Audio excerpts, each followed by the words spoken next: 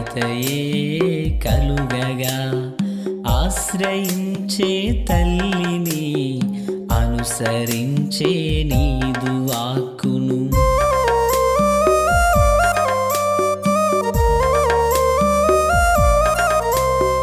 కానా ఊరి పెండ్లి విందులు కొరతయే కలుగగా ఆశ్రయించే తల్లిని అనుసరించే నీదు వాక్కును. ఆరు రాతి బాణలు అంచుల వరకు నీటితో, ఆరు రాతి బాణలు అంచుల వరకు నీటితో మారిపోయే నీరు ద్రాక్షారసముగా,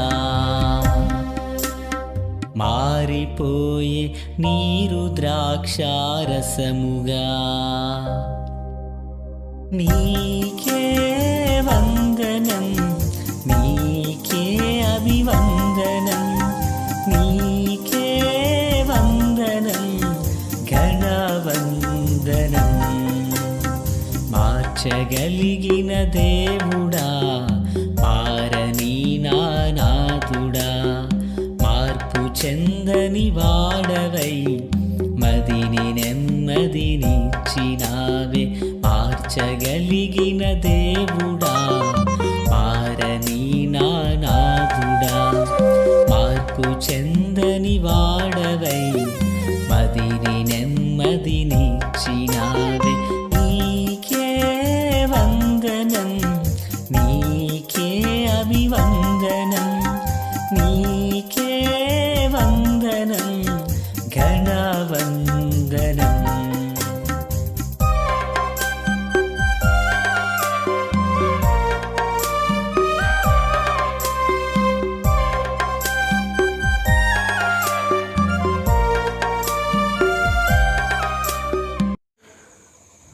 మన ప్రభు అయినటువంటి యేసుక్రీస్తు వారి పరిశుద్ధమైన నామములో తండ్రి అయిన దేవాది దేవునికి నిత్యము స్తుతియు స్తోత్రములు, మహిమయు ఘనతయు ప్రభావములు యుగయుగములు ప్రభునకి చెల్లునుగాక. ఆత్మీయులారా, బాగున్నారు కదా? దేవుని మహాకృపను బట్టి మరో పర్యాయము మనం ఇలాగన కలిసి దేవుని వాక్యమును ధ్యానం చేయుటకు గాను మహాదేవుడు చూపిన ఈ మంచి తరుణాన్ని బట్టి మనం ప్రభువుని ఎంతగానో స్తుతించి బద్దులమునై ఉన్నాము. దయగలిగిన ఆయన ఆత్మచేత సమభూమి గల దేశమున ప్రభువు మనలను నడిపించునుగాక. ఆమేన్. ప్రియులారా, బాగున్నారు కదా? నేటి దిన వాక్య ధ్యానము కొరకైన భాగము నిర్గమాకాండము 34వ అధ్యాయం 6 నుండి 11 వరకున్న వచనాలను మనము ధ్యానం చేయబోచున్నాం. ప్రియులారా, మూలవాక్యమై 11వ వచనము. నేడు నేను నీకు ఆజ్ఞాపించు దాన్ని అనుసరించి నడువుము. ప్రార్థన. తండ్రి దేవా, స్తోత్రాలు. చదవబడిన వాక్యము మీది, వినుచున్న వారందరూ మీ వారు, మీ దాసుడనైన నన్ను మరుగు చేసి దైవస్వరమును వినిపింపచేయండి. మీ రాకడ కొరకు, రాజ్యం కొరకు సిద్ధం చేయండి. సియోనులో నుండి మీ కృపాహస్తం మందరికి తోడయుండునుగాక. శక్తి చేత బలం చేత కానిది మీ ఆత్మ మూలమునను జరిగించి సియోనులో నుండి మీ హస్తాన్ని చాపమని యేసయ్య నామమున అడిగి వేడుకొనుచున్నాం మా పరమ తండ్రి. ఆమెన్. ప్రియులారా, బాగున్నారు కదా? గడిచిన దినాన మనము మోషే దేవునికి చూపిన విధేయతను గూర్చి మనము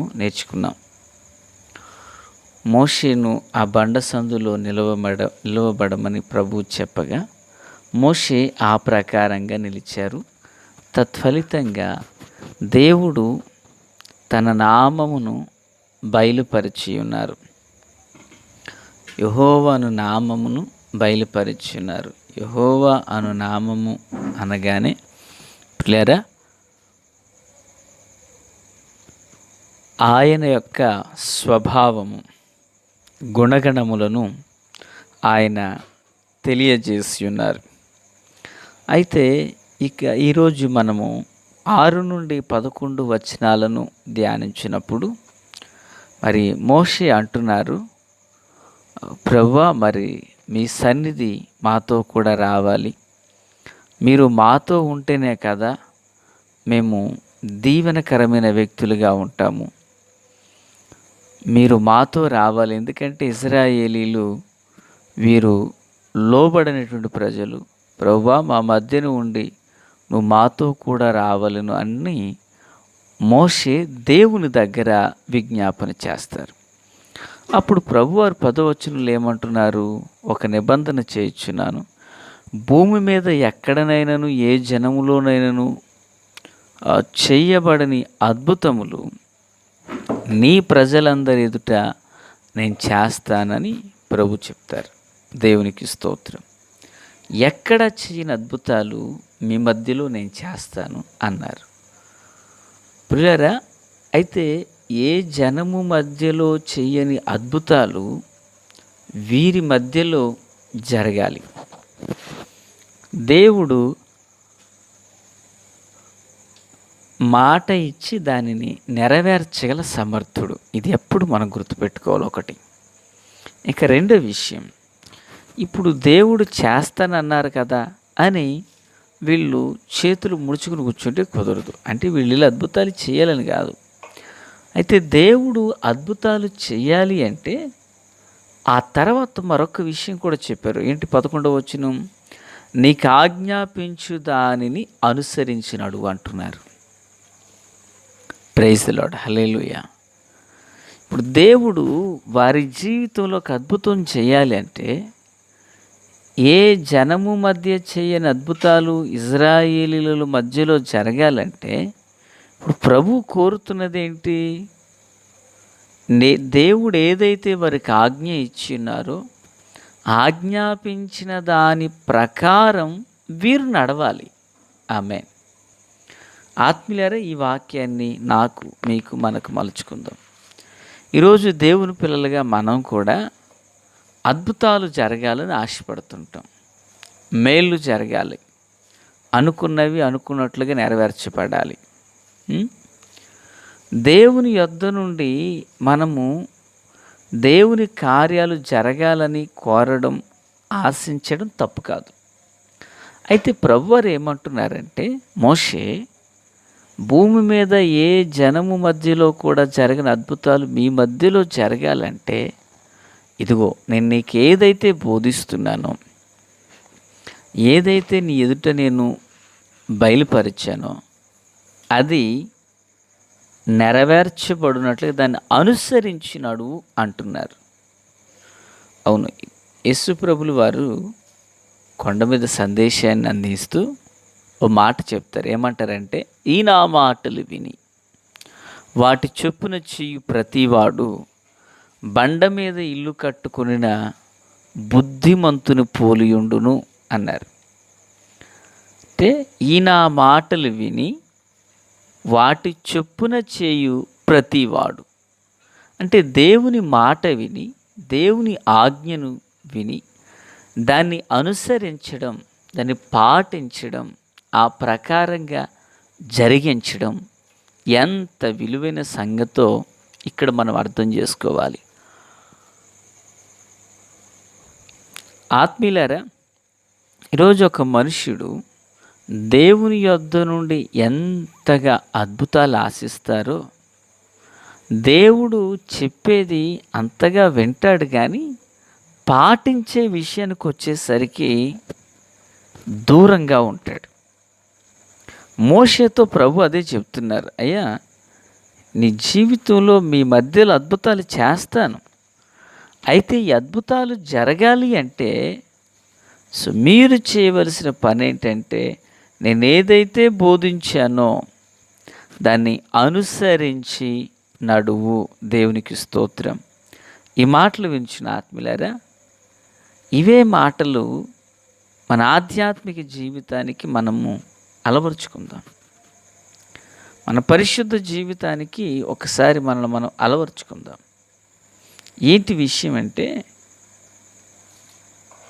దేవుని యొద్ద నుండి మనం ఏ అద్భుతమైతే చూడాలని ఆశిస్తున్నామో దానికి అనుగుణమైనటువంటి వాక్యానుసారమైన జీవితం మనకు కావాలి. కొందరి జీవితాలు ఎలా ఉంటాయంటే వాక్యాన్ని అనుసరిస్తున్నాము అంటారు, కానీ వారి దగ్గర అసలు వాక్యానికి చోటు ఉండదు. కొన్నింటిని వారికి అనుకూలమైన వాటిని మాత్రమే వాళ్ళు బేస్ చేసుకుని ముందుకు వెళతారు. మన ఆత్మీయ జీవితం అలా ఉండకూడదు పిల్లరా. మనం అడవిలో ఉన్న, అరణ్యంలో ఉన్న, ఇంట్లో ఉన్న, సమాజంలో ఉన్న వాక్యమే. ఆమేన్. మోషే తన జనుల మధ్యలో దేవుడు ఎక్కడ చిన్న అద్భుతాలు జరగాలంటే మొదటిగా వాళ్ళు వాక్యాన్ని అనుసరించి నడవాలి. వాక్యాన్ని అనుసరించి నడవడం అంటే అర్థం ఏంటి? ఐగుప్తు దేశంలో నుండి వారు వచ్చినప్పుడు, ఐగుప్తులో జీవించిన కాలంలో వారు ఐగుప్తుల మధ్యలో ఉన్నారు. వారి ఆచార సాంప్రదాయపు క్రియలు వారి మధ్యలో ఉండకూడదు. వారు అరణ్యంలో ఉన్న, అగాధంలోనున్న దేవుని దైవ వాక్యమును అనుసరించి నడిచేవారిగా మనం ఉండాలి. అనుసరించడం అంటే అర్థం ఏంటంటే దేవుడు చెప్పిన ప్రకారం చెయ్యడం. ఆమేన్. మరలా చెప్తున్నాను, దేవుడు చెప్పిన ప్రకారము చేయడం. దేవుడు ఏదైతే మనకు బోధించారో, దేవుడు ఏదైతే మనకు విషయాన్ని బయలుపరిచారో ఆ ప్రకారంగా జరిగించడం. ఉదాహరణకు గడిచిన దినాల్లో చెప్పుకున్నాం కదా మనం, పేతురుతో ప్రభువారు ఏమంటారు? ఈ వలను వేయన్నారు. నిజానికి వలను గూర్చినటువంటి విషయం ఎవరికి బాగా తెలుసు? సముద్రాన్ని గూర్చి సృష్టికర్త ప్రభు కదా. అయితే యేసు ప్రభులు వారు అప్పటికి కార్పెంటర్ పనిచేసేటువంటి తండ్రికి కుమారునిగా ఉన్నారు. వలను, సముద్రమును గూర్చిన అవగాహన ఎవరికి ఎక్కువ ఉంటుంది? పేతురు గారికి ఎక్కువ. అయితే ఇప్పుడు పేతురు గారితో ప్రభువారు ఏమంటున్నారు?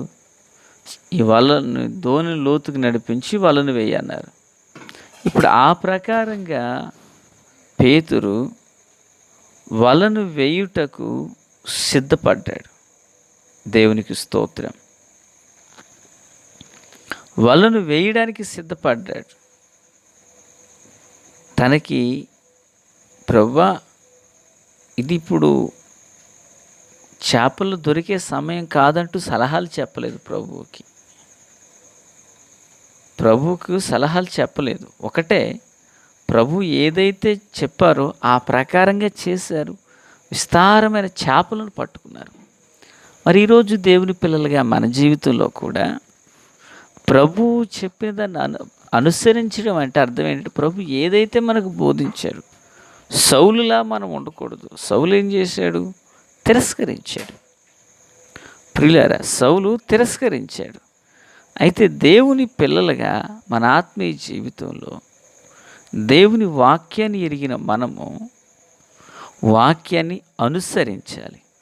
ఎప్పుడైతే దేవుని వాక్యాన్ని మనం అనుసరిస్తామో దేవుని యొక్క కృపను మనము పొందుకుంటాం. దేవునికి స్తోత్రం. హల్లెలూయా. దేవుని కార్యాలను మనము చూడగలుగుతాం. Praise the lord. ప్రియ దేవుని ప్రియులారా, క్రీస్తునందు నాకు అత్యంత సన్నిహితులారా, జీవము కలిగినటువంటి దేవుని ప్రియమైన పిల్లలుగా దేవుని వాక్యాన్ని అనుసరిందాం. దైవ కృప అందరికీ తోడై నడిపించును గాక. తండ్రి దేవ స్తోత్రం. వాక్యం అందరి హృదయాల్లో ఫలభరితం చేసి మేలు చేత నింపి నడిపించి మహిమ పొందండి. దీవెన ఆశీర్వాదం దయచేయండి. మోషే ఎలాగును అనుసరించాడు, మేము వాక్యానుసారంగా నడుచుకునే కృపా భాగ్యం మా అందరికీ దయచేయండి. యేసు నామమున ఆమేన్. Praise the lord.